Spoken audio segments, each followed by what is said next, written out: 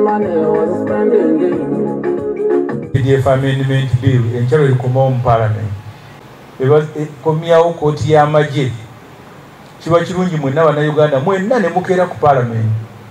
Ne musobola okuwuliriza abaka nga bateesa ku lwammwe. Abaka basalewo oba eddembe lyammwe balikwasa Muhoozi ne Museveni oba bagoberera constitution. Those laws that are being made are the same law you soldiers going to suffer with. People will suffer, but at the end of the day, you will also suffer.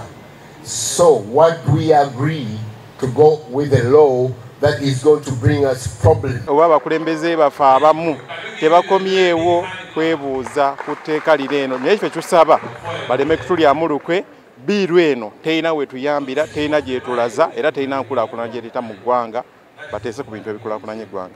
Mu nsi yonna ngenze ngoberera tewaliiwo Supreme Court eyasalawo etteeka ne balizza mu Parliament era kyakwewuunya nnyo kyekyasalibwawo ekkooti ensukkulumu bakizizza mu Parliament bakizzeewo. Oba ntwala eddoboozi lyange eri ba MP ba NRM nga njagala okubajjukiza Justice Bamugemereire bwe yali awa ensala ye nga 3 January yatuwa background ya court martial.